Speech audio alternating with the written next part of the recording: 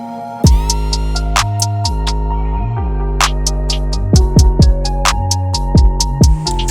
and welcome to the car repair hub once again.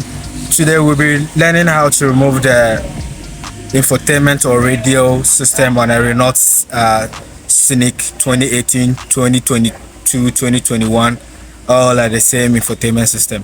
So we are removing the dashboard, but I want to show you the part that you remove the infotainment system or the navigation system or the radio. So let's jump straight to it. So as you can see, everything is already removed.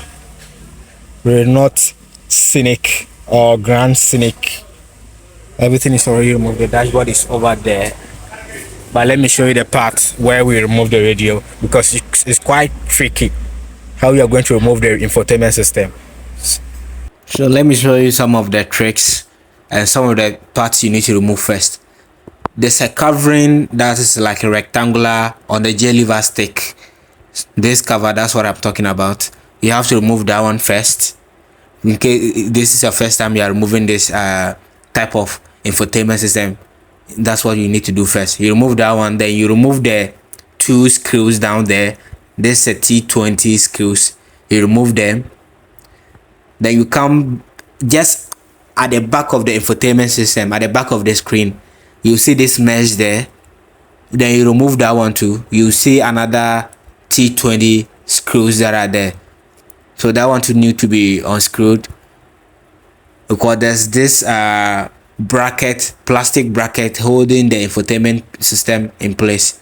So one here, one at the other side, T20, then you remove them, and this is how you just open it. Very simple.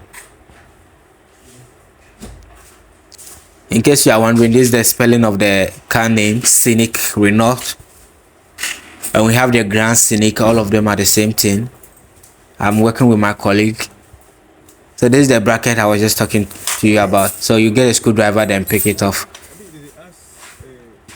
Make sure you don't lose it and put it at one side so that you can easily get it and fix it back. So that's the bracket. It's off. Let me show you properly so that you can see how it looks like. That's how it looks like. And it goes inside like that. And that's the cover you remove before you remove the screw and take it off. So after that, we need to remove this other ring, because this car is very complex. You can see it very simple, but if you are playing with it, you will break a lot of stuffs and you get your customer pissed off. So there's this tab inside there. You need to press it like this, like the same way I'm pressing it. Then you take it off. There's one at the other side too. Let me show you. Let me get the brake switch, the parking brake switch cables unplugged.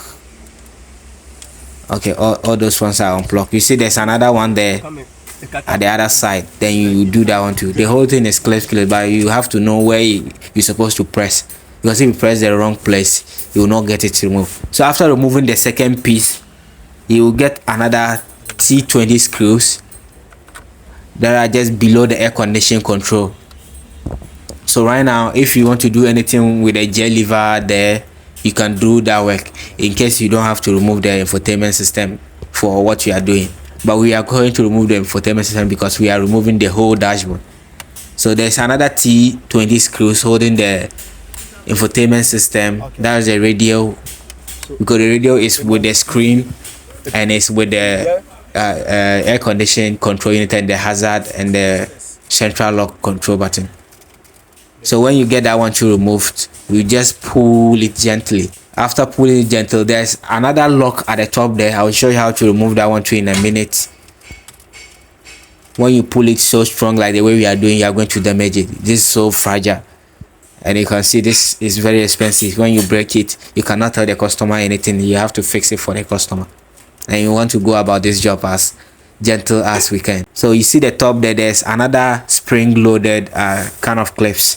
So you use something like a flat, or you get a knife or a sharp flat object, you put it there, then you press it down. When you press it down, the screen is going to come off gently. So that's how you get to remove the screen too. So the screen too is off. You can see the whole thing is complete. So if anything happened to the screen, or if anything is with the AC controls, which means you might be getting the whole entire unit. So now we unplug the antenna and the power cables to the AC and the screen, and that one too is removed. At this point, I think we have successfully removed the infotainment system. And if you want to remove the rest of the other carriage, that will be another thing on its own. And thank you for watching, and this is the Car Repair Hub. Don't forget to hit the subscription button. Let's move.